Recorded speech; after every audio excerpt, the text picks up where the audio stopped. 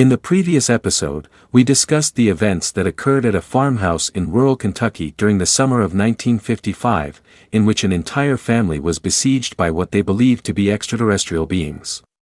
It is a case that has resonated over the last 60 years. But what if the same thing happened to another family as recently as 2012? Hello, my name is Dr. David Christie. I received your contact information through a mutual acquaintance who assures me that you are well equipped to investigate peculiar problems. Furthermore, I believe you may have interest in these events beyond any compensation that I am prepared to deliver in order to have these issues sorted. For the past 6 months, I have been living in a rural home located on the border of West Virginia and Kentucky, where my family is nightly assaulted by creatures that I have come to believe are of an extraterrestrial origin. These beings appear to be the size and stature of a small child, devoid of any facial features save for large, oily eyes and lipless mouths. They frighten my children by peering through their bedroom windows, chirping at one another. They actively attempt to enter my home in the middle of the night. Last month, they took my dog. The police refused to provide any further assistance, attributing the problem to wild animals and forwarding my complaints to the State Game Commission. I believe they are coming from an abandoned mine located on the edge of my property. Though I'm armed, I'm afraid that I'm far too frightened to enter the mine by my lonesome, and cannot convince any sympathetic friends to accompany me, though I cannot blame them. I'm convinced that the only answer is to collapse the mine. I believe this is where we can be mutually beneficial to one another. If you are prepared to assist me in this matter, I can offer you permission to record and document these events under the condition of anonymity.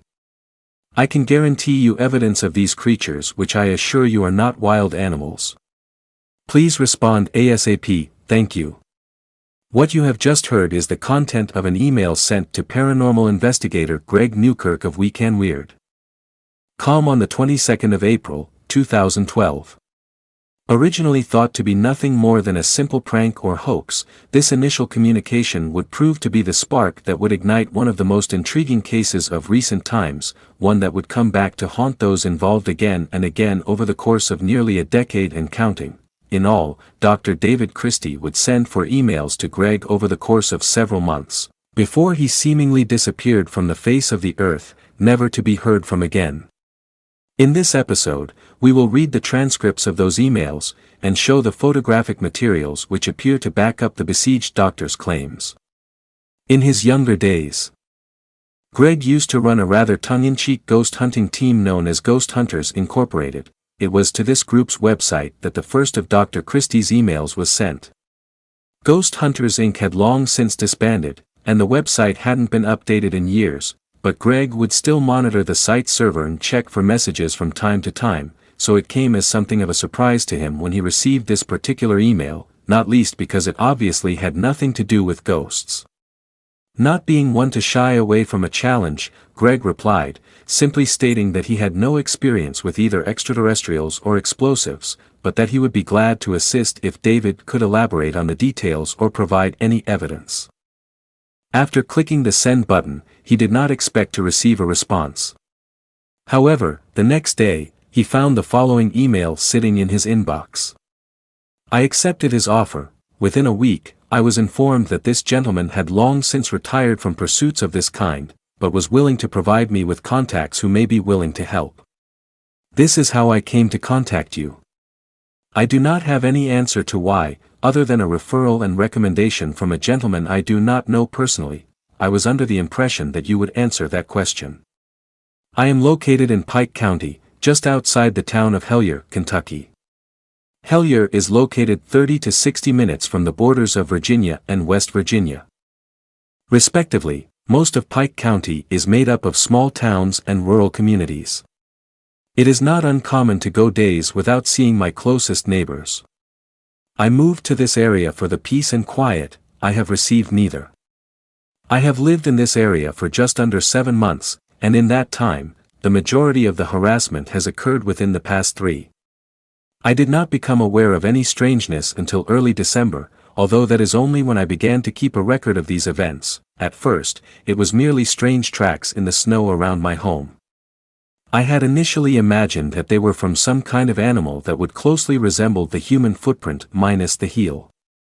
At that time, I was under the impression that it was simply a single creature. It wasn't until weeks later that I began to suspect that I was dealing with a number of what I thought were individuals hazing me upon my arrival to the area.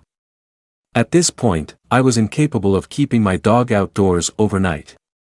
Any attempt to leave her leashed would result in her barking herself hoarse until she was allowed back indoors. In the weeks leading up to this particular evening, I had awoken to find my shed doors open on several occasions. Many of my children's toys were missing or moved, and my yard in general disarray. I had already given a report to the police, who were making it increasingly clear that they were not interested in my case. Barring physical harm or large-scale theft, the second week of January, I'm having breakfast with my family when my 5-year-old daughter begins talking about the kids without hair, and my wife inquired about these kids. She informed us that she had spent the previous night watching them play in the yard. As you can imagine, that was of some concern. I asked my daughter what these kids looked like. She told me that they were bald like Grandpa and weren't wearing any clothes. The very same day, I found the wreath that hangs inside our rear porch stuffed into our mailbox. I purchased and installed motion-activated floodlights the following day, and for a time, the problem ceased. It wasn't until the end of February that our daughter informed us that the bald kids had returned. I was awoken to the sound of my daughter screaming and rushed into her bedroom only to meet her halfway down the hall. When my wife and I were finally able to calm her down enough to speak, she told us that the kids were trying to peer into her window, but they couldn't reach, and instead had taken to tapping on it. She hasn't slept in her own bedroom since. It was that morning that I phoned the police for the second time, and they responded by finally sending a trooper to our residence. I informed him of the regular mischief, how I was unable to let my dog outdoors after dusk, and of the bald kids. When we found the ground disturbed just under my daughter's bedroom window, the officer informed me, very matter-of-factly, that we were dealing with an animal, and I would be better off contacting the Game Commission than waste their resources any further. Almost every day for the following week, I would find some evidence that something or someone had been on my property the previous night. Smudges on the windows were not uncommon. Stones from the walkway dragged to the other side of the lawn, and I had found tears in the screen door. On Wednesday, the 7th of March, I finally witnessed the kids without hair for myself. The dog woke me up around 1:30 a.m., scratching at the back door and whimpering to be let out. I noticed that the motion floodlights was on, and went to the kitchen window to check that the shed doors were still closed, when I realized that I could see the shadow of an individual cast across my lawn. From the angle I was positioned, I could not actually see the source of the shadow or the floodlights. The dog was pacing circles around the back door, and I could hear someone rifling through a box on the porch. Filled with more anger than common sense, the only reaction I could muster was to bang loudly on the window and yell, at which point I heard the screen door on the porch swing open and slam against the house. I heard what I can only describe as chirping at this point. It sounded much like a skunk, if more guttural.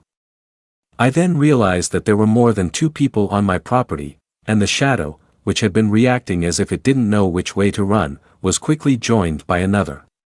For a moment, I watched as the shadows chirped at one another when I noticed a figure out of the corner of my eye. Standing in the flower bed just to the bottom left of my window was a small humanoid figure with sickly pale skin.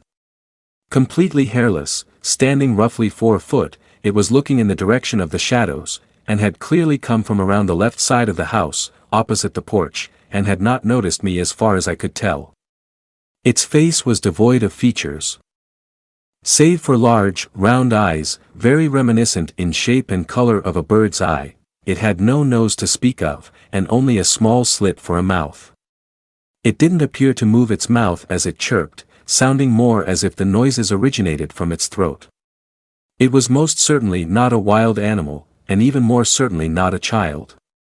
I was too terrified to move, and watched as the creature hopped to the others, and together they scrambled into the woods on the right side of my property. It was clear that there were at least 5 in the group.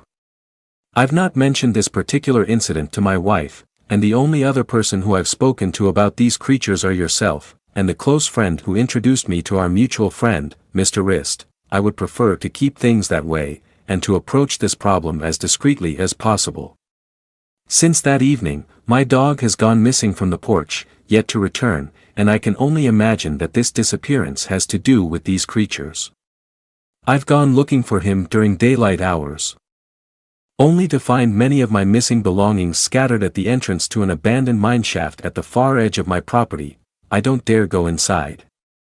My friend has convinced me that my experience is similar to that of other visitation experiences, providing me with material and references that back up his claims.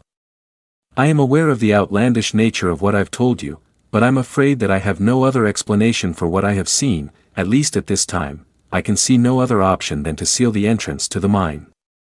I cannot achieve this on my own, and I am too frightened to try. I don't dare share this information with others for fear of ruining my career and the reputation of my family. I am prepared to compensate your travel expenses and offer you unrestricted access with whatever recording equipment that you desire, but only on the condition of complete anonymity. Beyond that, I have no desire than to be rid of this problem. Please inform me of what you would like photographs of and where to send them. Thank you again. Although Greg was intrigued by the doctor's story, he was not prepared to commit to an investigation without any supporting evidence. He responded by reiterating this request. But the thing that most stood out to the intrepid investigator was the name of the so-called mutual acquaintance, Terry Rist. Greg had never heard of this person, and wondered whether it was someone he might have met only briefly during his past exploits. An online search garnered no tangible leads in this direction, but it did reference something that seemed just a little too coincidental to ignore. Terry Rist was not a real name, but it does appear in 2 books by Alan H. Greenfield, titled The Secret Cipher of the Euphonauts and The Secret Rituals of the Men in Black. In each of these books, the author conducts an interview with an ex-military individual who uses Terry Rist as a pseudonym. But it is what this individual talks about that is interesting.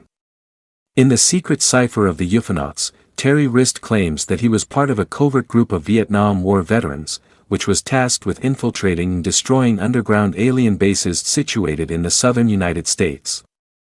The entrances of which were to be found in various caves or abandoned mines. As far-fetched as this appeared, Greg could not simply dismiss the obvious connection, though he understandably approached it with some skepticism. A skepticism which only grew when David failed to respond to his request for proof. However, as we shall see, the name of Terry Rist would crop up again in due course. In the meantime, the lack of any further emails from Dr. Christie was seen as suspicious, and just as Greg was beginning to write the whole thing off as a brief, but intriguing hoax, another message appeared in his inbox. The house seems relatively untouched, leading me to believe that the creature's motives were driven by the presence of my family. As you requested, I brought a camera back to the property for the purpose of photographic evidence. While my home was free of tampering, I was able to find a trail of prints that matched the size and shape of those previously left by the creatures on my property. The prints lead into the woods behind my home, following a stream that runs near the mine. My brother-in-law, an avid sportsman, cannot identify the tracks despite his skepticism.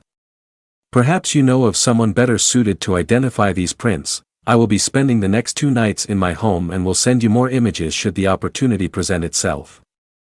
I am looking forward to your thoughts.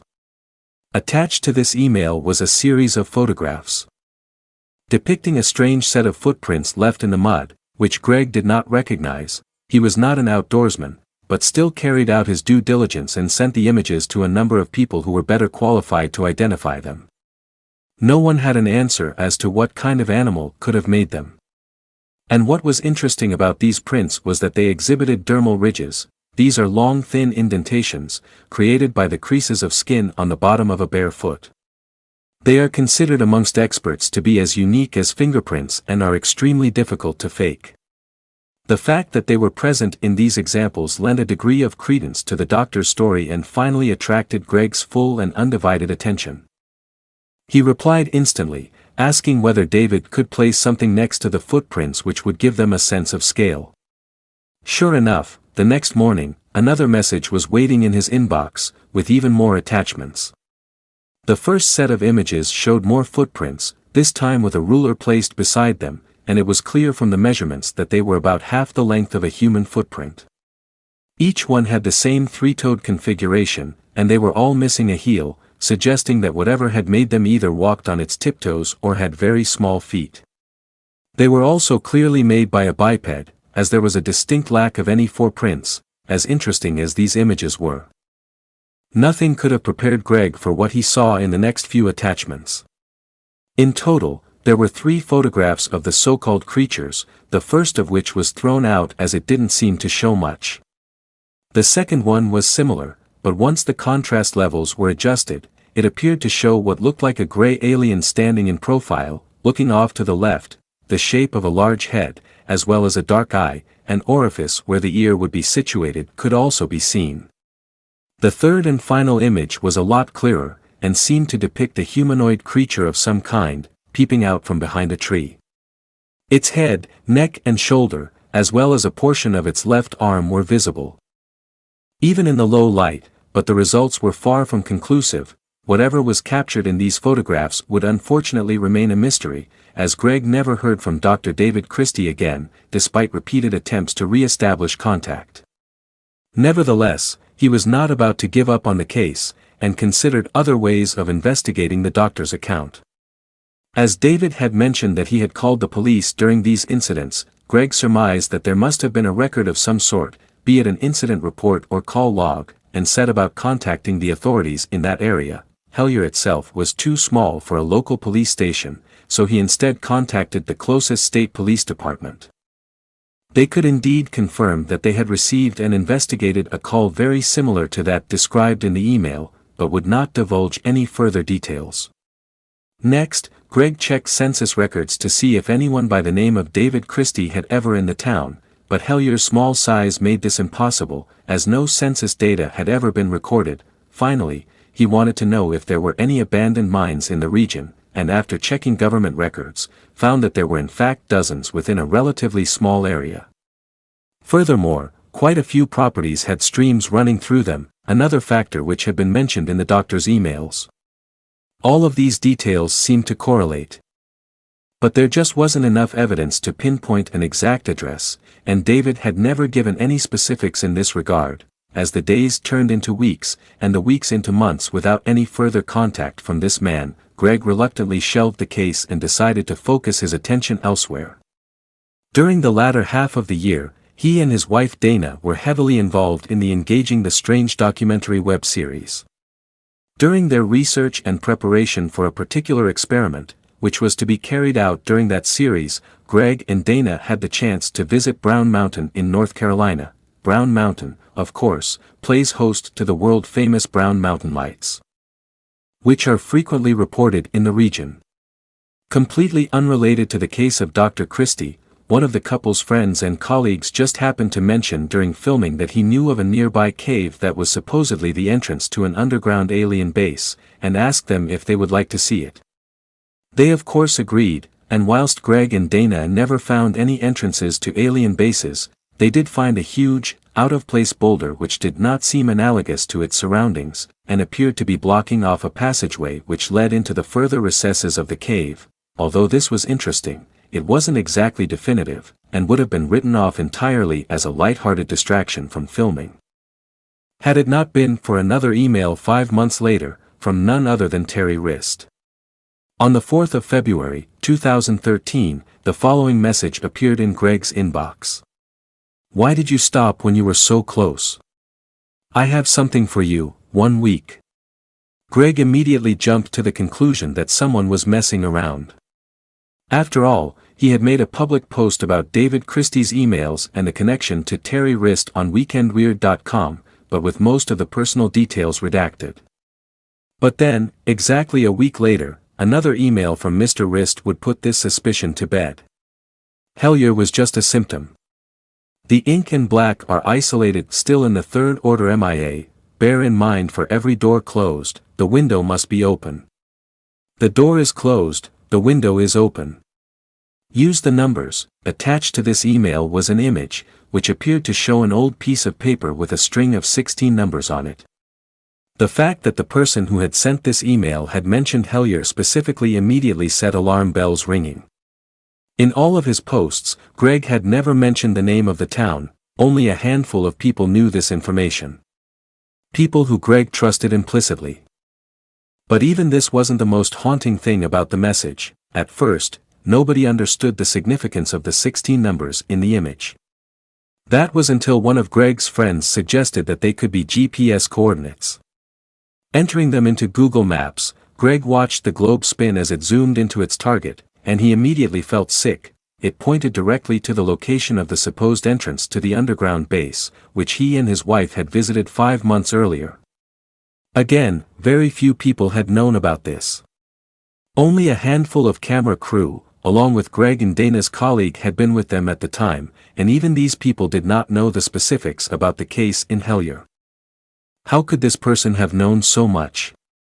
Whilst it's possible that all of the emails Greg received were sent by the same person, how would that person have known about his trip to Brown Mountain, and more specifically, the exact location he visited on a whim? Something about this communication just didn't add up. For good reason, Greg and his wife felt extremely unsettled by its potential connotations. There was indeed a lot more to this mystery than he first thought, and this would lead him to formulate his own theories regarding the events. The similarities between David's case and the Kentucky Goblins of 1955 are hard to ignore. Both of them took place in rural Kentucky, and both of them featured a family being terrorized by small humanoid creatures. Although the more recent case occurred over a prolonged period, as opposed to the fleeting appearance made by the Kentucky Goblins. Greg questions whether these creatures could have been one and the same. Whilst there are a few notable differences between the two given descriptions, he suggests that these could be mechanical in nature rather than biological. For instance, what the Suttons thought were large ears on the so-called goblins might actually have been part of a helmet or headset, which could be removed. Kentucky itself is saturated with old coal mines and cave systems, as are many of the states in close proximity to the hills and mountains which run off the Appalachian Trail. Oddly enough, sightings of strange creatures resembling those seen in both these cases are uncommon, and have given rise to a local legend alluding to the Little White Men of Kentucky. One such sighting occurred in 1990. A 14-year-old boy named Donald Patton was playing on his family's property, situated in eastern Kentucky. He had spent the afternoon throwing rocks in the midst of a boulder field, located on a slight hill at the rear of the acreage. There were also a couple of outbuildings nearby, and the land was surrounded by a wooden fence. Usually, his cousin Eric would have joined him, but on that day, he was there alone. At around 7 p.m., just as the sun was setting, Donald had sat down on a rock to take a rest. When his father exited the house at the bottom of the slope and shouted, "You boys get back in here, it's getting late."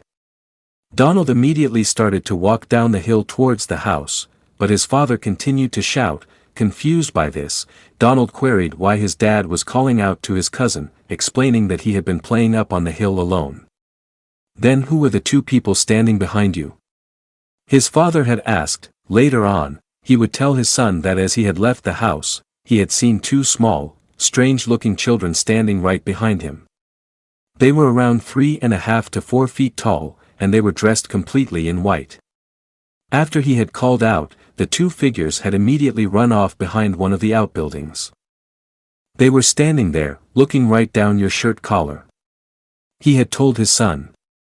With many other accounts involving similar creatures, Greg wonders if the Kentucky Goblins incident of 1955 might have been the beginning of this alleged phenomenon. He postulates that an extraterrestrial craft may have crashed here on Earth, and that its occupants then took refuge in the caves and abandoned mines that dot the Kentucky landscape, and that they still reside there to this day.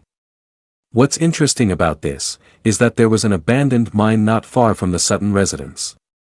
Could this have been where the so-called goblins disappeared to?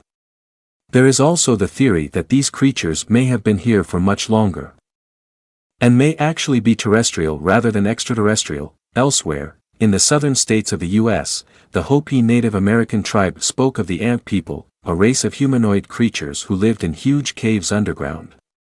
Their drawings of these entities very much resemble the typical gray alien of UFO lore.